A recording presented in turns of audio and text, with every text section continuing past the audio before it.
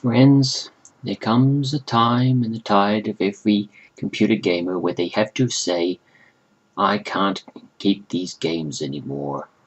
In my case, I've ran out of space on my 1TB hard disk drive. Apparently I've got 200 gigs of games just on Steam, not to mention many others that happen to be around, so some of them are just going to have to go, to be removed, to be stripped, well, to be backed up first perhaps, but then saved, and the space collected and then recycled for more exciting things such as music production and making videos. So who are the lucky candidates, you might wonder? Well, you're about to find out who's in for the chop and why.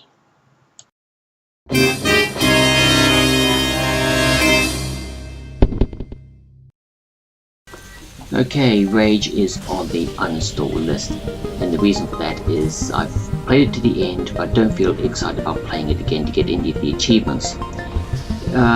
You basically wake up from your ark, and it's a cross between the Grand Canyon and, I don't know, the DC Ruins or something like that. It's it's basically either all canyons or all metropolis lying in ruins. And while that's fun at first, the thing is, we've seen this sort of thing before. The Fallout franchise, obviously, and there's plenty of other games that have been following this kind of, Mad Max vibe. So you're basically expelled into this world, you don't know what the heck is going on. All you know is that everybody else in the Ark is dead.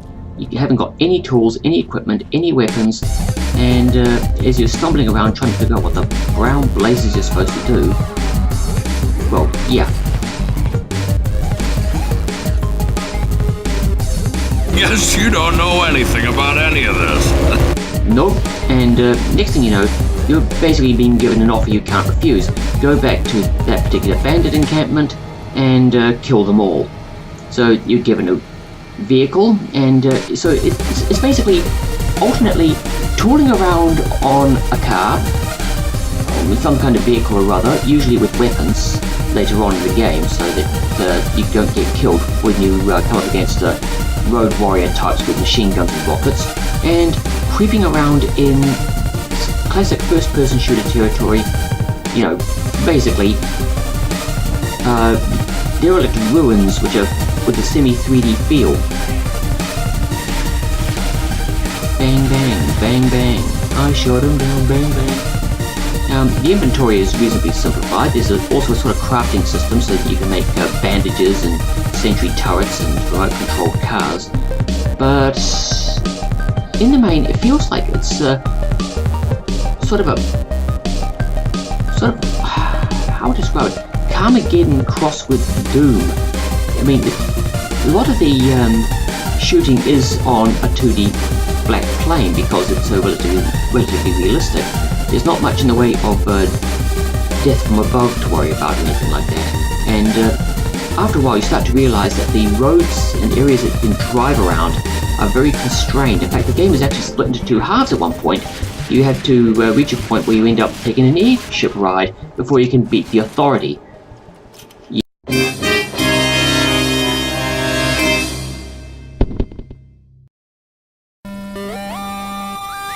Bioshock. Yeah, that's in for the chop as well. I mean, it's a pity because it's got a wonderful diesel punk style with a very interesting backstory discussing in very roundabout terms the failure of neo-objectivist libertarianism as a method for governing a generation show. I mean, for those of you who don't know what I'm talking about, Rapture is effectively a sealed environment inside a hostile one. It might not be a spaceship flying through space, but it is pretty much literally a spaceship underwater. You can't just simply open the hatch and leave if things are getting bad. There's a wonderful essay out there, I can't remember where it is, called Our Generation Ships Will Sink. Because apparently, in such a sealed environment, in such a closed environment, the only really useful or workable form of government is effectively an authoritarian tyranny. The captain knows best. But let's not talk about that. Bioshock also has more emphasis on the run and gun as opposed to being sneaky or updating your character like Systems Shock 2 allowed you to. Not that there's much of that going on here. This is an action-oriented game. You do invariably end up in some pretty monumental fights. It's not like you can sneak up and whack the heck out of anything. Other than that, there's just something about the game. I'm not engaged in answering the questions. Why did I crash that plane? Where is Rapture? What's going on in Rapture? And can I really be asked trying to save every little sister in the place in order to get the good ending? Well, unfortunately, I don't think I can. I just don't have the interest, just don't have the time, and I probably won't be getting Bioshock Infinite anytime soon either. So, into the recycle bin it goes. Who knows? I might pull a Borderlands and load it up again sometime.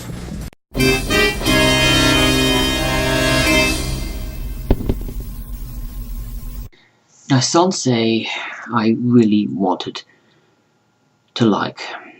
I mean, here we are at the start of the second level, which is hands down my favourite of the 6 or so levels. Let me think. There's Lucius Lost, which is the first one and teaches you the basic mechanics.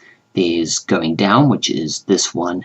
And just wait for it, watch it. Okay, look there. Is that a cityscape? That is a cityscape. It is a cityscape envisioned by MC Escher. Look at that. Look at that level design. Look at it. Is that not glorious? Is that not magnificent? Is that not bloody squandered as you get further into the blimmin' game? Unfortunately it is.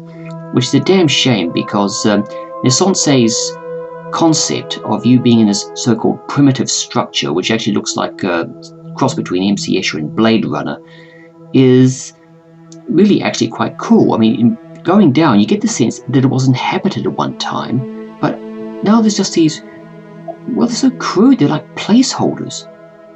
Is this actually a bar, a gentleman's bar? Notice the poll. And there were also chambers that look like small apartment buildings. There are chambers that look like a marketplace, but there's nothing in the shops. There are doors everywhere, most of which are closed and don't respond to your presence. You feel hemmed in. When you start the game, when you start a new game, assuming that you can actually start a new game, you find yourself being chased by something, and that sense of being chased is constantly with you as you get further and further in or out. Or is it in? I'm never entirely sure. Just look at the scale of this thing. It feels absolutely enormous. And it is. I mean, okay, the shaft that you go down in and Going Down is absolutely spectacular, but then you come out the bottom and your brain falls out your skull. Because that's when you realize that the structure that you were in is actually part of an even bigger structure that you're in. And later on you discover that, surprise, surprise, they seem to be nested like, what do they call those things, Matryoshka dolls?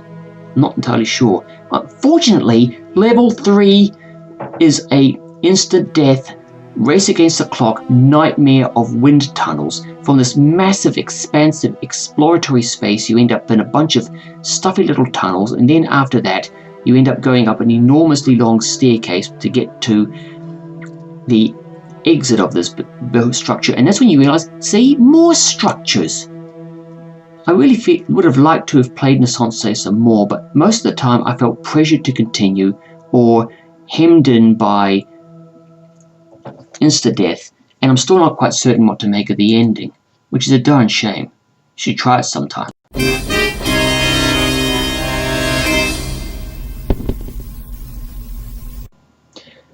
Kairo's another sort of walking come puzzle game with a distinctly abstract feel, though a bit more primitive than NaissanceE. It's also very quick. I managed to finish it in about 2, maybe 3 hours tops. Can't quite remember. But anyway, you find yourself on a platform in a strange white void, and you're trying to figure out where the blazes you are, what's going on, why am I activating all these strange machines? Why do these machines have something to do with water and earth? And eventually you start to piece together with various clues that are scattered throughout the world, and also if you can find certain secret locations, exactly what you're doing. Mr. Perrin, who created this game, has basically sort of created it for himself, but it's a rather nice story, and it's dedicated to anyone who's ever needed a second chance. Let's just say that it does involve the planet Earth, and it does seem to involve you, and it does seem to involve, well, second chances. I mean, it's worth picking up and playing around with. I mean, I found the super secret ending eventually. And but apart from that, as usual with these things, no real replay value, and I need the disk space.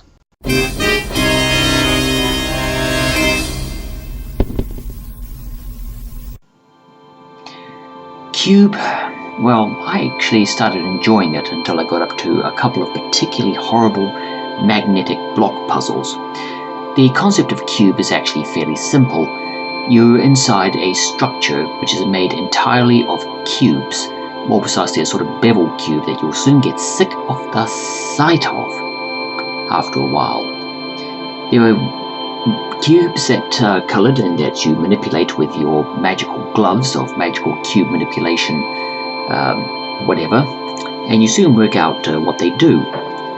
You end up doing the puzzles in the dark. You end up rotating whole chunks of room around in order to solve puzzles. And then as you go on, you start to realize that things are starting to fall apart. So it's quite a fun game. It's short, but it is reasonably entertaining unless you get the director's cut. I'm sorry, but the director's cut takes away a lot of the mystery and enigma surrounding it, because there's a narrator who keeps coming into range and telling you that you're an astronaut who's trying to destroy some mysterious, or shut down some sort of mysterious alien space machine, or rather, you've lost your memory and your radio's gone so you can't talk back. Surprise, surprise. Unfortunately, after a while, I don't really feel like playing this game again. I mean, it's worth a look, but I really preferred it without the without the narration, basically. So, yep, that one is going into the whole deletion bin.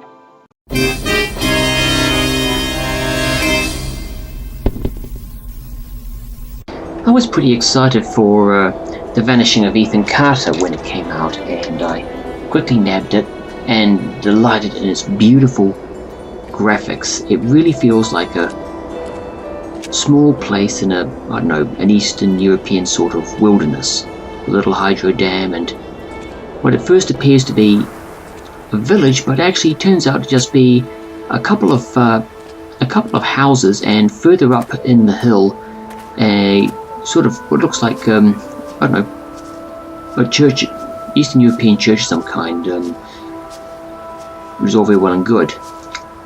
The puzzles are very widely spaced, so you spend a lot of time drinking in the ambience until something weird happens, like this mysterious voice which you're trying to get to. Other puzzles require you to do to find items to reconstruct the scene of a crime before you can progress to find out more about what's actually happened here, or what appears to have happened here, although there is a twist at the end worthy of M. Night Shyamalan, I suppose. It's also enormously hungry on resources, particularly on high quality, like you can see here. That's why this particular recording is chugging a lot. As I stated though, once you complete the game, I'm not really sure that there's much replay value except to go through it again. There's also a Redux version. I'm not quite sure what that involves. But one of the things you soon learn about the mysteriously vanished Ethan Carter is that he likes to write stories. And this seems to be causing some friction amongst his family, along with the business involving the Sleeper, whatever that's about. One of the things also a bit disappointed in was that very early on in the game there's an encounter, a puzzle very similar to the one you've just seen, where you basically get you just get a very heavy hint that what's happening here might not actually be happening, and it might not actually be here. It might be all in your head, or Ethan's head, or something else's head, which is a damn shame, because I would have liked to have seen an entire village like this. In fact, that's what I was expecting, an entire village full of empty and abandoned houses where you're trying to figure out what the bleep is going on, what's happened to everybody, where's Ethan, where is everyone? Although I suppose that might not have well, it might have made the story a bit more complicated, or it might have allowed for more stories to be told. But just looking around the place, it's actually very simple. It's you walk across a bridge and then down the railway lines to the dam, and then across over here. There's mines to explore. There's all kinds of buildings.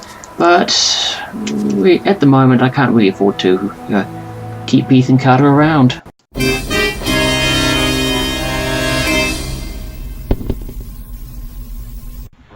Goat Simulator, I wouldn't even describe as a game. It's more like a sandbox, or perhaps a litter box. You're a goat, you run, you sprint, you jump around, you can lick things with your inexplicably sticky tongue, like your fellow goats. You knock things over, you knock things down, you smash things, you run up walls, you run along walls. You basically cause chaos and be a goat. Oh yes, and you set cars on fire by flinging things into them, or you fling yourself. Each level has its own set of achievements or goals that you can complete. There are things you can do to basically unlock extra goats with special abilities. You can cause various forms of absolute chaos and mayhem, like there's an achievement, I think, or a goal that you reach for basically jumping onto those trampolines enough times, or jumping from one to the other without hitting the ground, and of course setting off all these fireworks. You can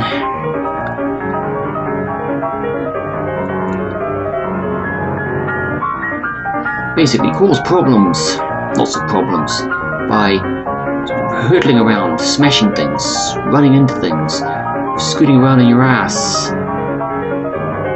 Because that does happen. This is actually a pretty buggy game. It started off as a tech test, but for some reason it got released. People loved the idea, they thought it was the most hilarious thing ever, and next thing you knew, Goat Simulator.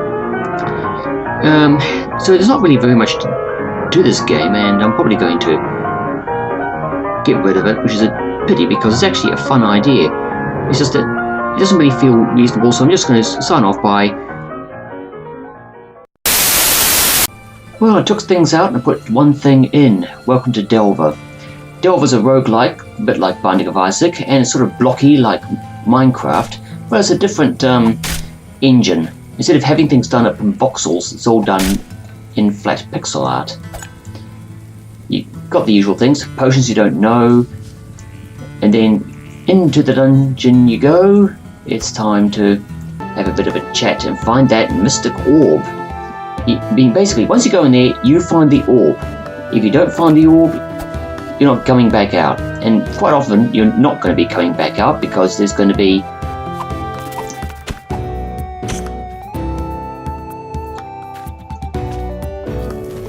something taking your face off, whether it was a zombie, a bat, a spider, one of those weird worms in the sewers, or one of the many human enemies. And spoiler alert, I die at the end of this particular footage. It's going to happen. There is, however, a save I've got. You get 3 save slots, and with me, one of them is actually bugged. I'm stuck under a pipe in the sewer levels, and I can't kill myself. Basically, you've got 3. Oh no, not a time bomb. It's a time bomb. Yes, you basically got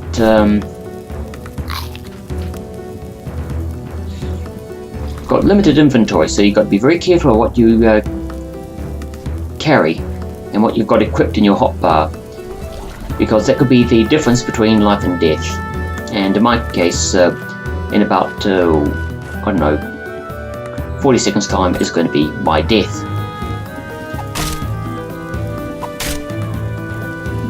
Basically, a good strategy is to map out the whole of each level as you get to it, so that when you do get the orb, you can get out there fairly quickly. I haven't actually found the orb yet. Ooh.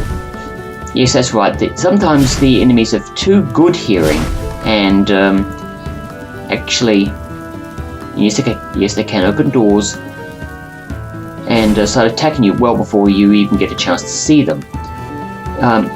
The game is rough, it's not quite finished, and updates are few and far between, but I'm still enjoying it, despite the fact that it keeps killing me.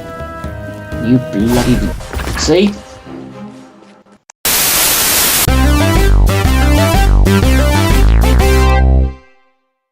Dear Diary, I've just spent the better part of 2 or 3 days grovelling through Bleak Falls Barrow, just up the hill up the mountain really, from Riverwood, because the trader there, Lucan his name is, he remembered me and asked if I was willing to go on a little adventure, get some kind of heirloom, a dragon's claw. Of course, I should have realized that doing that kind of errand means killing things, not just bandits, but undead warriors. Draugr, I think they're called. I wasn't particularly happy about that, but it turns out this claw was apparently it was swiped on the word of some ashskin called Arvel the Swift. Not that it mattered. I managed to get myself some nice kit, which was going to be a godsend later on. And of course, there's nothing like knocking out a Draugr with one bow shot. What I found was that deep inside the barrow was some kind of ceremonial or super special door, and the claw, you wouldn't believe this, the claw was the key to it.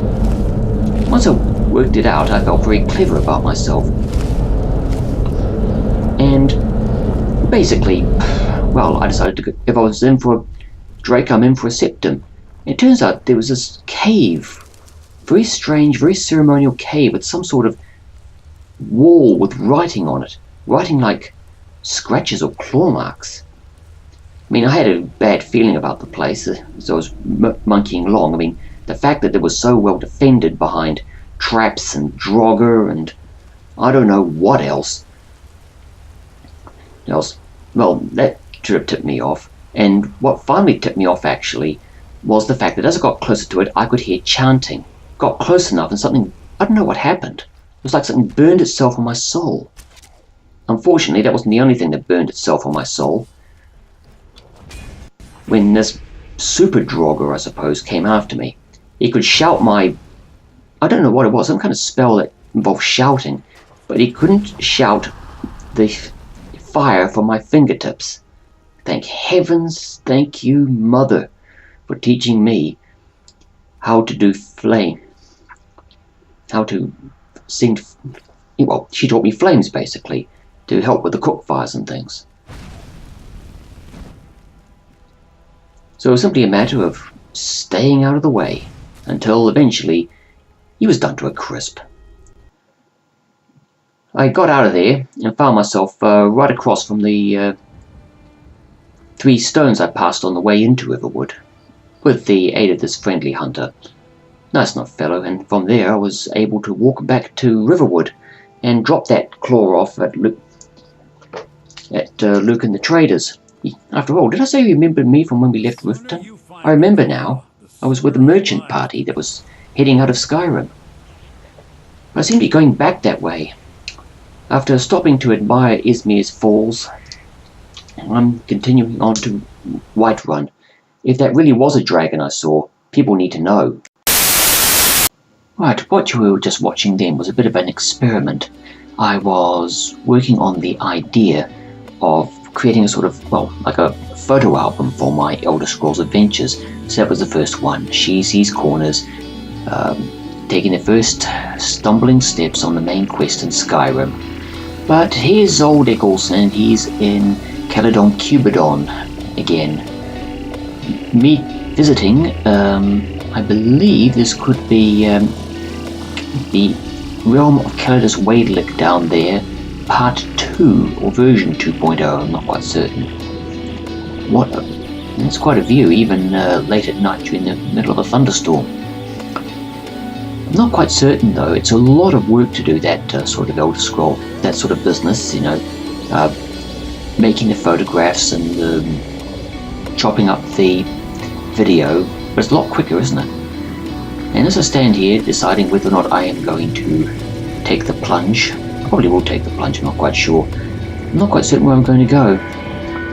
I feel almost liberated, now I don't have all those games sitting around that I don't play. So we'll just have to see where this goes. Not quite sure yet, but I'm sure I'll think of something. Actually, I might as well just talk over the top of it about what I intend doing. I mean, for one thing, I still have to find all my Morrowind mods and my Oblivion loadout. I'm not even sure if the Oblivion loadout was already set up, but I'll think about that later. I'm just going to have a bit long wander around Ukalatl, however you pronounce that. I can't quite remember. It's a bit odd. I'm not certain what's going on there. But lots of boxing Kleber with banners here, and I think those are lapis lazuli blocks, not quite sure. Other than that, it's pretty much the same as the last time I visited the realm of the Waidlick, and certainly worth looking around. I particularly like his clever, well, you'll see it later on, there's a very, very clever automated smelting system, which I found to be extraordinarily useful. To get here was a bit vexing because, well, first off, there's a long walk in the Nether to get to the appropriate portal, and then from the portal there is a long train ride to get here. But I suppose you know, that makes the journey more entertaining. Okay, that's it. I'm sure there's a good reason for it being there. Not quite certain what, but I'm sure there's a good reason. Sort of like a fellow who knows what he wants. And I really do have to think about what I'm going to do personally with my own private little realm in Q.U.B.E, whether I'm just going to quietly live in my simple monastic little hermitage in the middle of the waters, or perhaps I should try gunning for something as big and complex as Mr. Waidlick's. Actually, I might as well tell you about an idea I had the other day. You know, looking particularly at Delver and thinking about roguelikes, and thinking to myself, you know, not enough is done with other dimensions. I mean, sure, there's a Nether, you can get quartz there, you need to go into the Nether for blaze rods and magma cream and quartz, which is still pretty strictly decorative, and a whole heap of other stuff. But other than that, there's precious little done. And an idea that's been going through my head is the idea of dungeon dimensions. Not to Terry Pratchett there. Basically, the idea is that the overworld would be the most bucolic place you could possibly imagine. Lots of ruins around. Get out of here, you little stupid little ocelots. Those chicky-boos are not for yous. And the way to get certain minerals and metals, because they don't spawn in the overworld, is to open up a portal to one of these dungeon dimensions, and I'm expecting there to be quite a lot of them, and different types of portal that you create and activate open onto different types of dungeon dimension, so that one might be a kind of blasted plane with almost pitch darkness or midnight style darkness, and the occasional flash of thunder, where you can see something gigantic in the distance, and every time the lightning flashes it starts getting closer. Hint, don't turn on the lights. Or one that's a bit like roguelike dungeons, and so on and so forth. It doesn't matter. I haven't quite thoroughly thought it through. Hello, Orca. I'm not quite sure if I'd even try coding something as ambitious as that, because then I'd have to think about how to construct the portals, how to activate the portals, what sort of dungeon dimensions would be created, and and then of course, what's the point of all that? Okay, so you have to open up a particular dungeon dimension in order to get I don't know, iron or something, or maybe certain types of alloys or metals can only be forged in certain dimensions, or maybe certain types of dungeon dimension don't need you to go into the nether. I mean, the big thing about the nether would be, unlike many of the other dungeon dimensions, it's got that 8-to-1 ratio, so that you can travel further and faster than just trundling along in the overworld. Whereas with the dungeon dimensions, it would be probably, I'm not entirely sure, going on adventures, because it's the only way to get certain materials and mythical powers. I'm not quite certain if I should even bother working on that. I mean, heaven knows how far away 1.95 is, or how close we are to 2.0. I can never pronounce the name of this place. But at least I can say that I've been there, because, as I say, it's a very long trip. I think it took me 10 minutes by train, and it's on top of the trek through the nether. Yeah, I'm not entirely sure. Maybe in Q.U.B.E, well, actually there's some pigs naturally spawning near my spot. Maybe I should start working with them. But in any case, I think that's enough for one podcast, don't you? You know, exploring here, exploring there. There's more to explore in Caledon, and I'll probably look at that later in the next episode. Good night.